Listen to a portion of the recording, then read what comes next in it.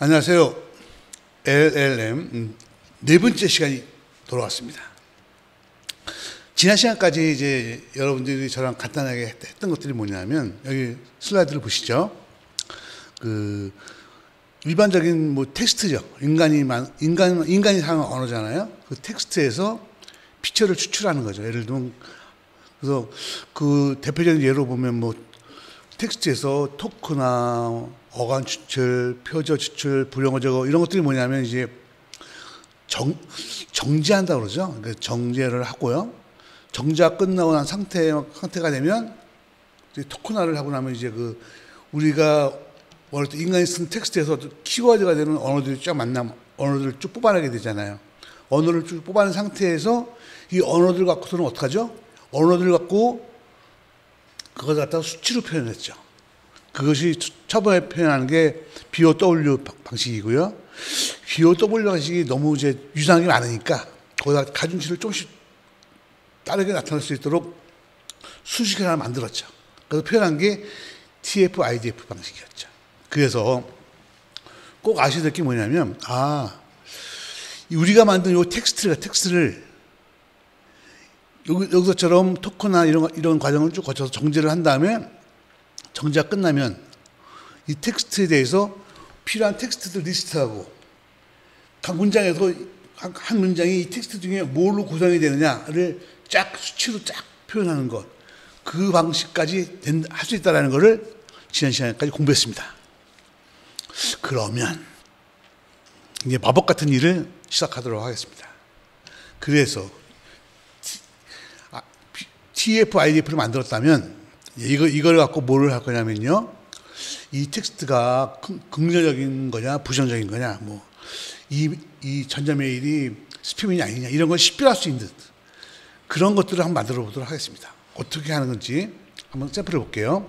이번에 저희가 할 거는 뭐냐면요, 어떤 주어진 문장이 비즈니스나 영업에 관련된 문장이냐 또는 과학이나 전자에 관련된 문장이냐, 이렇게 분야를 나누는 거죠.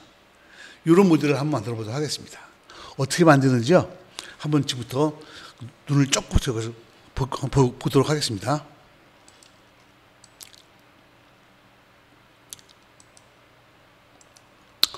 그러면 이제 분류를 해야 되니까, 자, 첫 시간에 한 건데 기억하시는지 모르겠네요.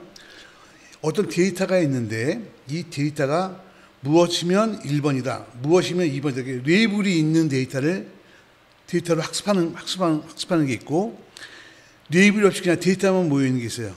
그러면 데이터만 모여 있는 걸로 학습하는 거는 비지도 학습이라고 한다 그랬죠. 보이시죠? 그다음에 이거면은 1번이다, 이거면 2번이다, 레이블이 있는 거를 갖고 학습하는 거는 지도 학습이라고 했습니다.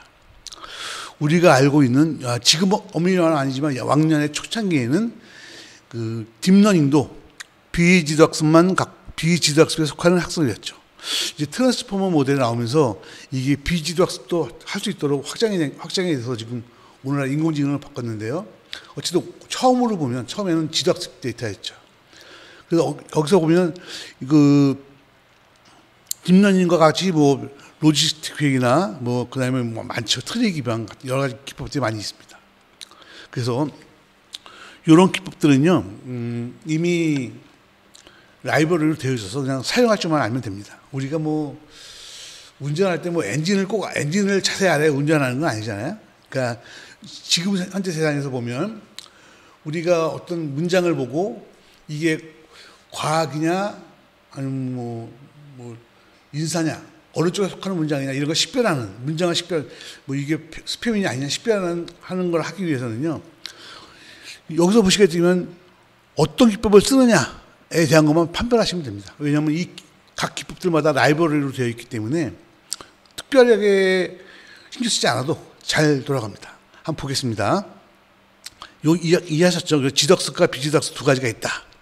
어떤 걸로 할 건지는 결정하는 것이다 라고 했습니다. 그래서 텍스트 분류기를 만들게 되면 어떻게 하냐면, 보겠습니다. 이제 원하는 텍스트가 있고요. 그걸 정제를 하고 토큰화를 시키죠. 이제 대충 아실 거예요. 토큰화 시키고 나면 그 갖고서는 TF, IDF를 만들죠. 그죠? 그러면 이 텍스트가 이렇게 TF-IDF 표현이 되죠. 그럼 이 표현을 갖다가 학습 데이터와 검증 데이터로 분할하죠. 그 다음에 분류에 사용할 수 있는 모델들이 있어요.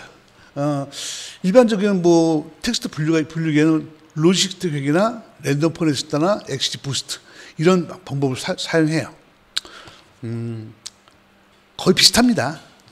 개인적으로 저는 랜덤 포레스트를 좋아하긴 하는데 일반적으로는 로지스틱 회계도 잘 맞습니다. 그러니까 어떤 걸 사용하도록 해요. 그러면 만약에 내가 로지스틱 회계 분석을 쓴다고 치면 로지스틱 회계 분석에다가 모양 만들어요. 그 다음에 어떻게 돼요? 학습 데이터를 갖고 학습을 시켜요. 끝났죠. 그러고 난 다음에 어떻게 돼요?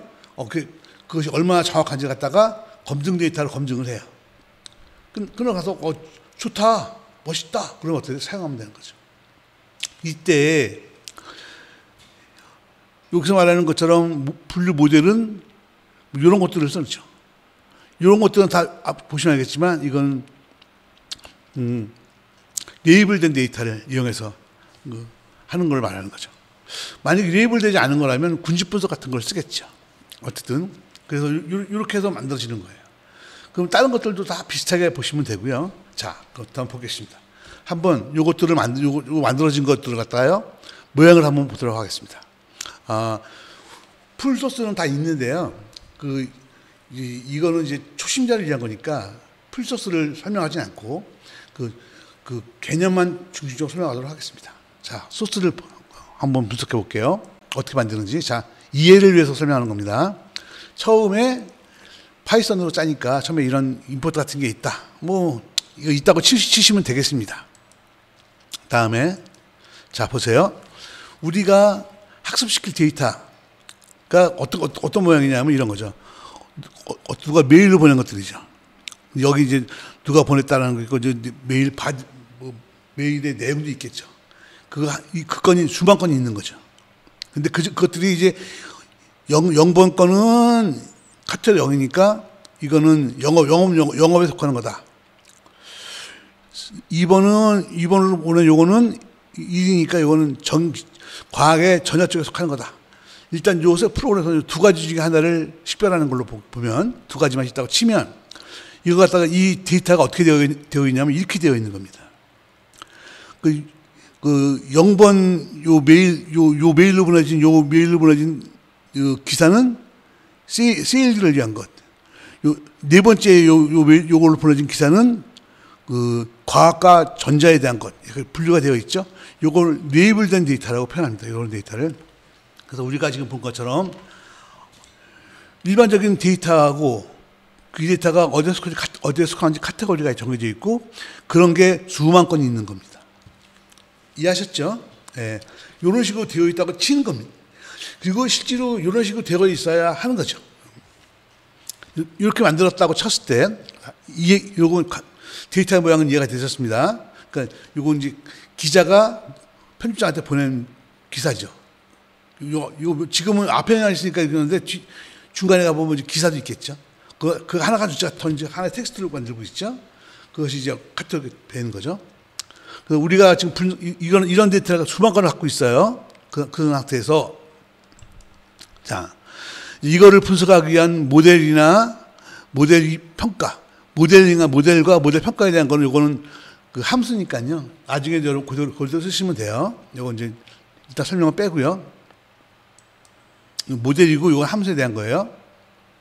그 다음에 이제 여기 보시게 되면 자 이제 요 보면 불영어 이런 것들을 다 뽑아내는 거죠. 다 뽑아내가지고 클린드 텍스트라는 걸 만들죠. 그러니까 무슨 얘기냐면 불영어 뭐 안 쓰는 거 뭐 그 의미 없는 것도 앞에서 사전 정제한다고 그랬잖아요. 그 정제를 다 하고 나면 그 사전 정제가 다 끝난 것 같다가 클린드 텍스트라고 이제 에다가 집어넣는 거예요. 집어넣었어요. 집어넣고 난 다음에 그거 갖고는 어떻게 하냐면 여기서 보시게 되면 TF-IDF를 만들죠. 보이시죠? 이렇게. 맥시멈 피처는 500개. 그러니까 여기 나오신 게 500개가 돼. 단어가 500개가를 맥시멈 500개까지 포함하도록 해서 TF-IDF를 만들죠. 그래서 만든 거를 갖다가 이렇게 실제 모양을 보면 이렇게 되는 거죠. 자, 보세요. 첫 번째 메일, 기자가 보낸 메일 있죠. 그거는 그 텍스트는 이 단어라고 without라는 데이터 갖고 있고요. 이건 안 갖고 있네요. 워드라는 단어도 갖고 있네요. 보이시죠? would라는 단어도 갖고 있어요. 근데 그 가중치는 값이 이 정도 되겠네요. 이게 TF-IDF예요. 보이시죠? 그래서 이걸 갖다가 그 많은 거에 500개에 대해서 계산을 다 한 거예요. 이 수만 건의 그 것들을 갖다가 500개 더 늘릴 수도 있지만 너무 많으면 또 500개가 되면 의미가 없으니까 맥시멈 500개 정해가지고 정리를 TF-IDF를 만든 거예요. 손으로 계산할 수 없지만 어떻게 했는지는 이제 느낌은 오시죠. TF-IDF 만드는 법은 설명했고요. 지난 시간에. 그래서 지금 앞에서처럼 메일, 기자가 편집장한테 보내는 메일로 된 데이터를 갖다가 지금 어떻게 해요? TF-IDF로 만들어 놓은 거예요. 그럼 요거는 요 1번 그 메일은 어떤 데이터를 포함하고 있는지, 그럼 여기에 포함된 어떤 데이터는 얼마만큼 가지고 잡고 있는지가 여기에 쫙 표시가 되는 거죠. 여기까지는 계산일 건 아니지만 어떻게 계산하는지 아시겠죠? 좋아요. 그러면 자, 이제 끝났어요. 다 끝났어요. 그러면 그 다음에 뭘 하냐면요. 자, 보세요. 이제 우리가 만든 요 TF-IDF 요 데이터를 갖다가 학습할 때 쓰일 데이터, 검증할 때 쓰일 데이터로 나누는데 이게 0.2니까 80%는 학습할 때 쓰고 20%는 학습한 것이 잘 됐나 확인할 때 쓰려고 20%를 남겨두는 거예요. 그게 분리하는 거예요. 분리했어요. 그 다음에 어떻게 돼요? 여기서 보신 것처럼 앞에서 요 함수가 함수가 있었잖아요. 요게 이제 모델인데 여기다가 어떤 모델을 쓸 거냐? 로지스틱 회계를 쓰겠다. 보이시죠? 로지스틱 회계를 쓰겠다. 그리고 데이터는 학습용 데이터를 쓰겠다. 그죠? 그 다음에 평가는 요거 쓰겠다. 그래서 이렇게 해서 그래서 이렇게 돌리게 되면요. 요 한 줄을 돌리게 되면 로지스틱 회계라는 모델을 만들고 로지스틱 회계라는 모델에다가 우리 학습용 데이터를 넣어가지고 로지스틱 회계를 계속 학습을 시키는 거예요. 그러면 로지스틱 회계에 있는 파라미터들이 있죠. 파라미터가 학습이 되는 거죠. 학습이 돼가지고 최종적으로 이제 결과가 나오게 되는 거죠. 그럼 이 결과 갖고서는 어떻게 돼요? 검증된 데이터를 갖고서는 평가를 하는 거죠. 그럼 어떻게 돼요? 여기 표현한 것처럼 처음에는 안 맞다가 나중에 거의 정확히 맞아지는 걸 확인할 수 있죠. 그럼 지금 또 어떻게 된 거예요? 지금 우리가 로지스틱 회계를 이용해서 모델을 만들고 그 모델 결과를 갖다 검증을 한 거죠. 그러면 로지스틱 회계 말고 아까 딴 것도 있었죠? 볼게요. 여기 보시면 랜덤 포레스트 제가 좋아하는 거죠. 랜덤 포레스트를 이용했을 때도 마찬가지로 이렇게 해서 똑같이 이거 집어넣고 학습하고 평가하고 이렇게 평가 이렇게 나온 거죠. 또 하나 해볼까요? XGB 부스터라고 클래스피카이어 이 모델을 갖고 할 때도 똑같죠. 이렇게 집어넣고 모델 학습하고 평가하고. 자, 그럼 어떻게 돼요? 평가해서 이게 만약에 좋았어요. 그럼 어떻게 돼요?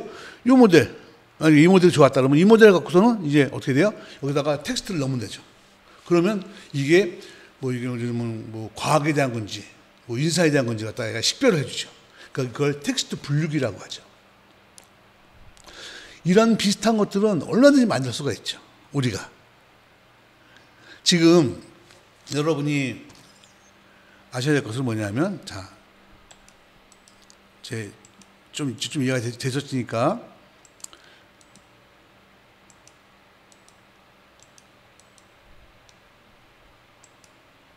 많이 넘어갔네요.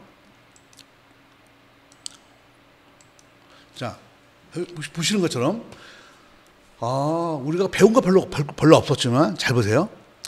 우리가 원하는 데이터가 있어요. 그걸 갖다 레이블된 데이터를 만들었죠. 그 데이터를 갖다가 정제를 하죠. 정제하는 방법은 제가 이 전전 시간에 설명했죠.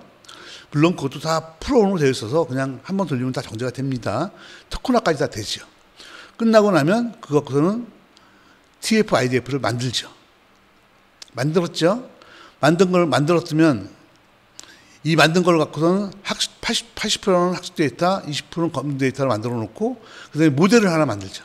뭐 로지스틱, 뭐 랜덤 포레스트 치면 랜덤 포레스트를 갖고 모델을 하나 만들어서 거기다가 학습 데이터를 집어넣어가지고 학습을 시키죠. 그럼 랜덤 포레스트의 파라메타들이 이제 쫙 학습이 되죠. 학습이 끝나고 나면 거기다가 검증 데이터를 쫙 집어넣어보는 거죠. 그러면 걔가 이제 실제 나온 결과하고 원래 결과, 오리지널 결과하고 비교를 해서 얼마큼 정확하냐를 비교해 보는 거죠. 그래서 만약에 정확하다 그렇게 하면 어떻게 돼요? 측정이 끝났으면 사용하면 되는 거죠. 이해하셨나요? 하나도 안 어렵죠. 그래서 여러분이 실제로 있잖아요.